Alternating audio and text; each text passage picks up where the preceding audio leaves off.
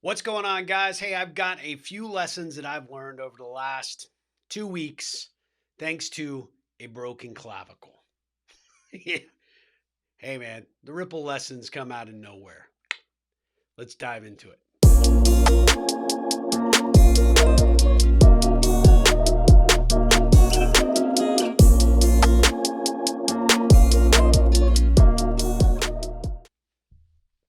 Hey, welcome to another episode of the Ripple Effect Podcast. I'm your host, Steve Harper, and today I am just grateful to be back amongst the living.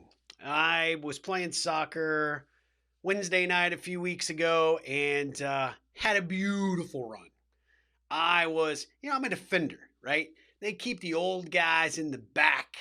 And I like to pride myself on my defensive capabilities. I am very focused on trying to be one of those stalwart kind of players, right? With the last line of defense. So I don't mind contact. I love banging.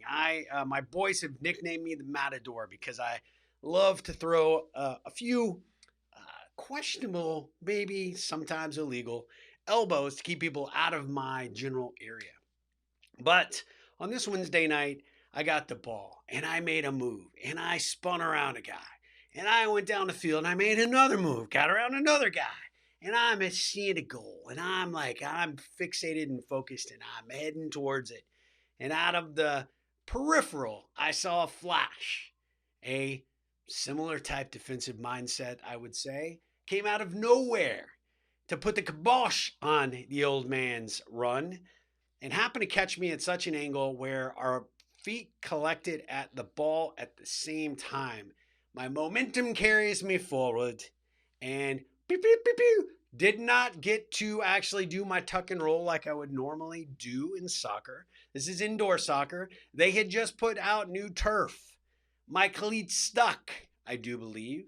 So I was momentarily held up just a fraction too long, and I came down on my left shoulder, to which you heard a bone jarring crunch.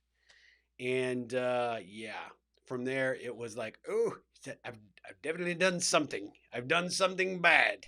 And of course, the guy that came over and tackled me immediately wants to say I'm like flopping like I'm a Brazilian player or something. Dude, I'm not Brazilian. I don't flop.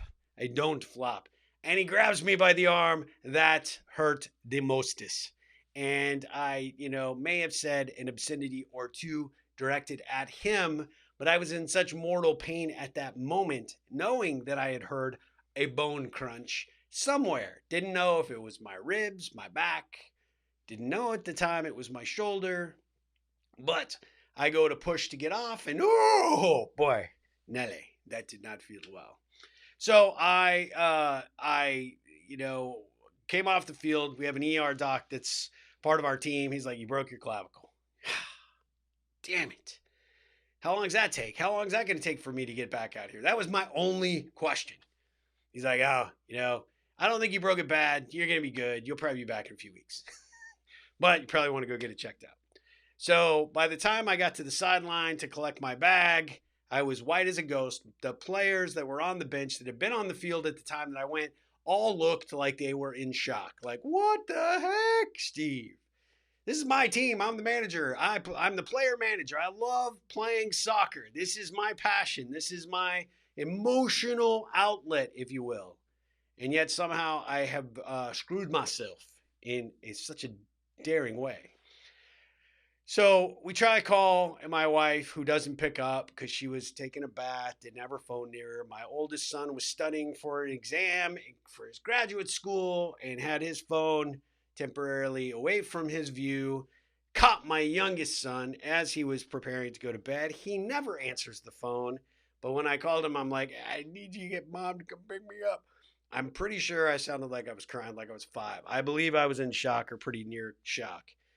Fast forward, you go to the ER. They're like, yep, you broke it. Here it is. Here's your x-ray. Pretty ugly. You're probably going to need to see an orthopedic guy sooner rather than later. Great. So I go. I see the orthopedic guy the next day. Fortunately, my wife is amazing on being insistent on getting me in as quickly and efficiently as possible. She does so. I get in. The guy walks in. Yep, surgical. So how quickly you want to do it? It's like 3 hours ago. I was in that much pain. I was just in mortal pain. I have broken a lot of things, my friends. I could go through the laundry list of injuries that I've had, and it will shock you. I've had my knee repaired twice. I've had a complete ankle reconstruction. One of those knee operations was a complete reconstruction.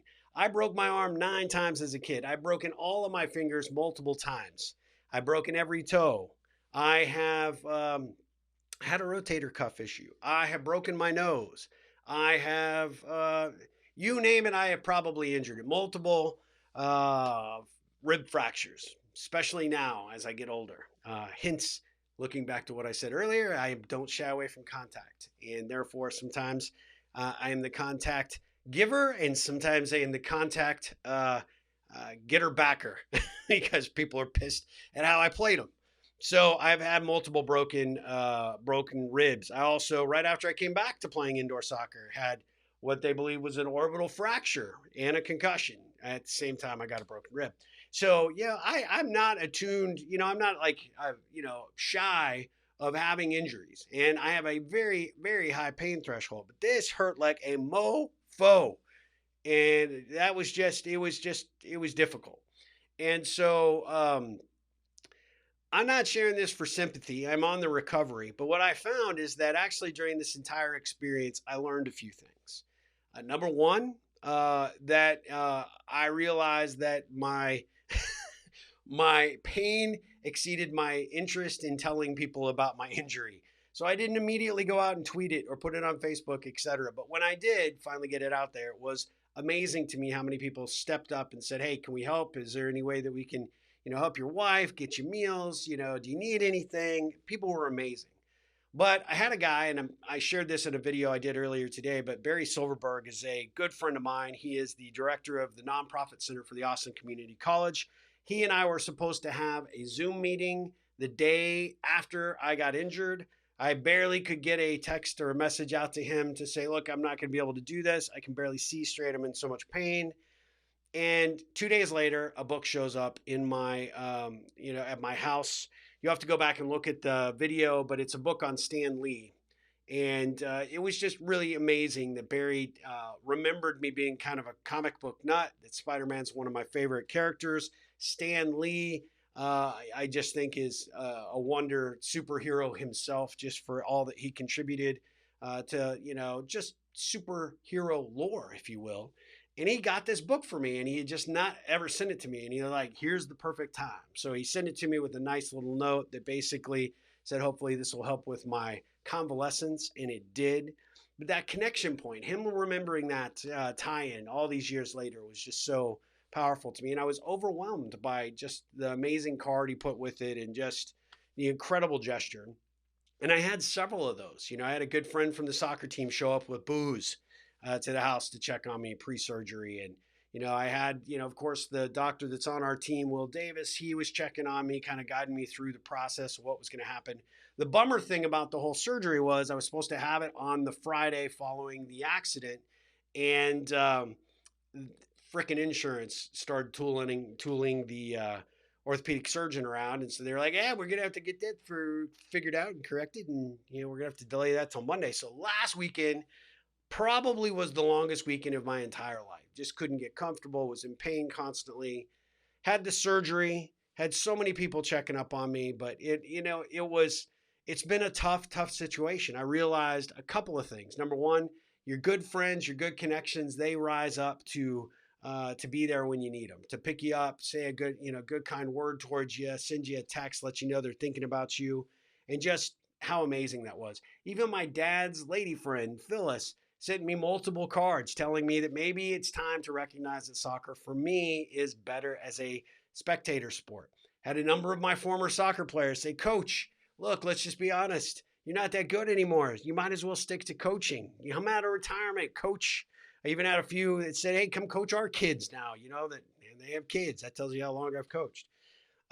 It was kind of funny, but every one of those situations made me smile in a moment of I didn't feel like smiling. I was frustrated, and I was angry.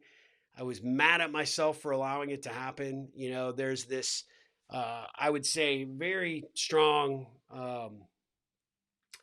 tough sense of the fact that you are losing your ability to be a youth, right? That I'm old.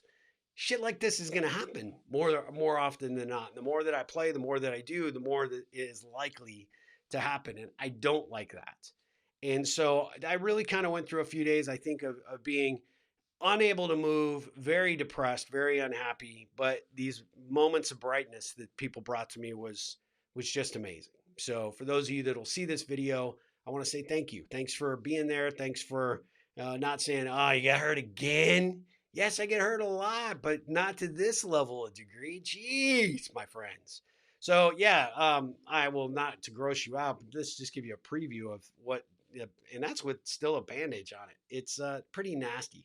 I think you're going to be able to easily identify me. If my body ends up on a roadside, my family will be able to identify. Yep, that's him. Look at the knees, look at the ankle, look at the hands, look at the collarbone. That's him. That's him. Yep, we didn't do it, but yeah, that's him.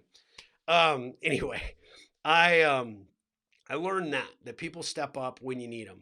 The other thing that I found was that despite the fact that I really couldn't move and I wasn't comfortable, and the pain drugs, were just not helping my mental clarity, I found some solace in understanding uh, other people's stories. So I actually dove into documentaries that I had been thinking about watching, right? Marked as interesting, but I just never get to it because I never have the time. I never have slowed down long enough. And I found some incredible documentaries. I did one in particular off Netflix right now. It's the story behind ZZ Top. Just hearing all that they went through to form the band and the perseverance and sort of recreating, or not recreating, but creating a whole new genre of Texas blues, um, at a time that more people were into a different type of music and defying those odds to be successful. But just hearing their story, I watched a documentary on David Geffen, and somebody that has not always the greatest reputation in the music or the film business. He is certainly a determined individual, but I learned lessons from these stories and these the backstories of how these people became successful. In many cases, Geffen's a billionaire, ZZ Top, crazy successful, but I was learning these things about perseverance, commitment, focus, and just a commitment to not give up. And I don't know, it just hit me at the time as something that was very, very powerful. I watched a documentary on Netflix called The River Runner. It was pretty amazing, about a guy that has, kayaked some of the world's most dangerous rivers. And he, doing it with a brain tumor, nonetheless. I watched one on kind of a compilation between some guys and some gals that are riding, mountain bikes and some of the most dangerous trails around the world, and their commitment to that adrenaline rush, and that, how they've turned that into a sport and a passion, whether it would be a musician or an athlete, or, watching something on the history of jazz, or picking up some TED Talks off YouTube and just watching. The thing that I really realized yesterday, as I was on a conference call, yesterday was my first day back at work, technically at work. I was working from home, but I took more calls than I had taken all the last, 7-10 days, was that I am more committed to doing what I'm doing now than I ever have been. And some of what I've got coming up and what I'm planning for the Ripple is, I think it's going to be big. And I think that some of the focus that I have sort of been maybe placing in other areas in my other businesses, I now have reached a point where I recognized over the course of this past week or so that I've got the team and the infrastructure that can take the ball and run with it when I'm not there. Not just because I got hurt and then we got to rally to help the boss, but because these folks know how to do it. And in a lot of cases, what I saw, especially on my software companies, circumstances that I would normally be engaged in or have to give an opinion on, they had to make decisions because they weren't going to bother me. And they were more than capable to do it. And in most cases, they probably handled some of these circumstances that were thrown at them much better than I would have in a live fire situation. And so I recognized this enormous amount of pride during this time about the people that I've hired, and I'm lucky to have attracted to these companies, and that they're supporting me on all levels of all my businesses. And no matter what needed to be done or what contribution needed to be made, they were committed to doing it. And for me, that was so powerful, so empowering. And so I learned that lesson, and it helped me refocus as I came out of this pain medication fog to start saying, okay, what are my priorities? Where do I want to be putting my energies? What do I want to be focused on now, and what do I not want to be focused on? And how do I get that stuff off my plate? And I know some of you that have followed the podcast have heard this before. I've had some health drama that have, that has kind of smacked me upside the head. It said, look, you need to wake up and pay attention to your body. This was a situation that could have happened. It's a freak accident that really stopped me in my tracks and forced me to stop and be still and to pay attention and to listen. Not because, there were life and death circumstances relative to my health, but because I was in so much freaking pain. Oh, sorry. See, even if I move my ugly face one way or the other, it's painful. But I was in so much pain that I had no choice but to be calm and be in the moment and be present and to pay attention to what was going on. And I'd be remiss if I didn't say how proud I was of my boys for them stepping up and being contributors at work. And of course, my wife being the best nurse on the planet that anybody could possibly have. Although I still really didn't get any good sponge baths. I didn't even care. That's how bad I was hurt. I mean, that will tell you how bad I was hurt. That I wasn't even looking for any naughty nurse action. So that's probably TMI, and she'll get very upset about me throwing that in there. But who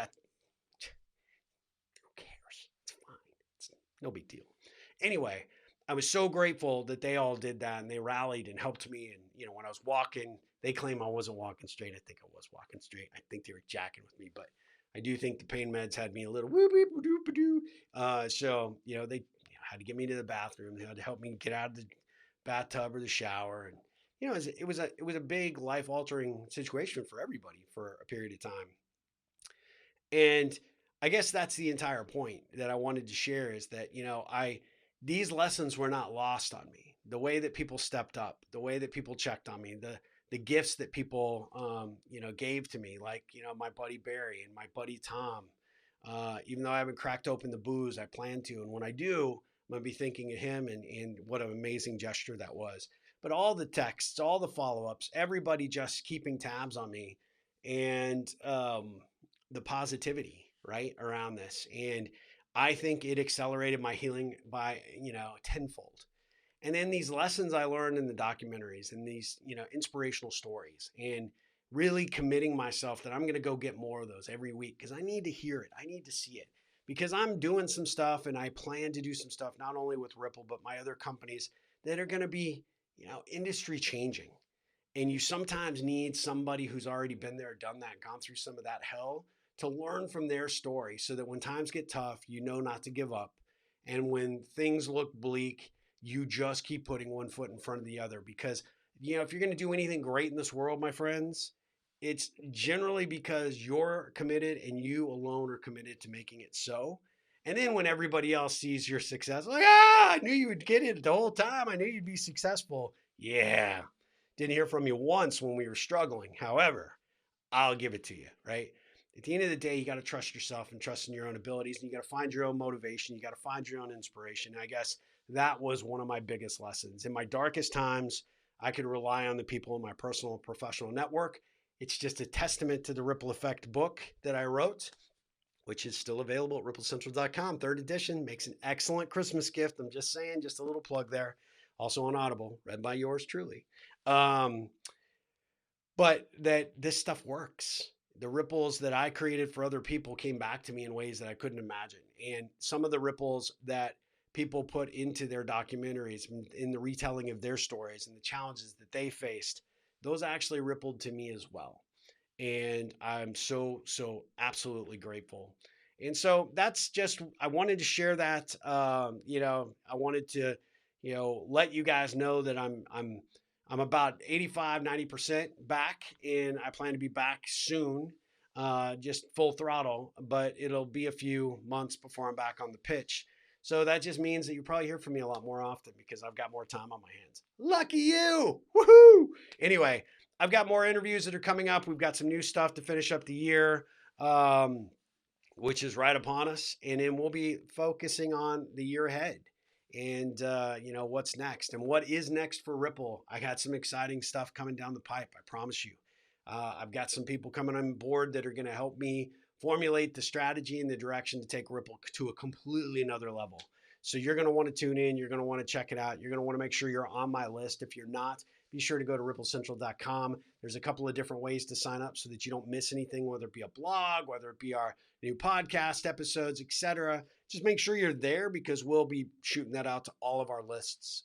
And I just want to say thank you. I'm grateful that this injury gave me the ability to utilize my time and my convalescence to gain some perspective and reignite some flames that weren't out, but were, sort of flickering there. And they're back, and I'm back, and going to be at 100% strength, which even at 85%, no offense to most mere mortals, that's 110% for the mere mortal. So, 85% at this point is pretty damn good, right? Let's just be honest. Hey, and the last thing I want to share with you, be sure to go to ripplecentral.com, go to the store. There's some great last minute gift ideas for people that you want to say, either for yourself that says, hey, I'm part of the Ripple tribe, or to get people on board as part of this movement. Because at the end of the day, we want to go out there and we do want to do and create positive things for other people. We want to show people that we're prepared and open to connect and engage, and that we want to build the kinds of relationships that are most important to us in our personal and our professional life. And so I'd welcome you to be wearing one of our hats, carrying our water bottle, doing some, wearing one of our shirts that says, hey, I'm part of the Ripple tribe. Or makes, like I said, an excellent Christmas gift or holiday gift for a loved one, a good friend, a good colleague, whatever. But ripplecentral.com, go to the store, check it out. If you have any questions, about the products or maybe topics you'd like me to cover in the upcoming year for the Ripple Effect podcast, I am all ears, literally right here. I go this way, but this arm still is not allowed to go above here. So I'm just kind of resting it right there. Anyway, so until next time, my friends, go out there, do good in the world, make the kinds of ripples that I know you're capable of making. And as always, ripple on.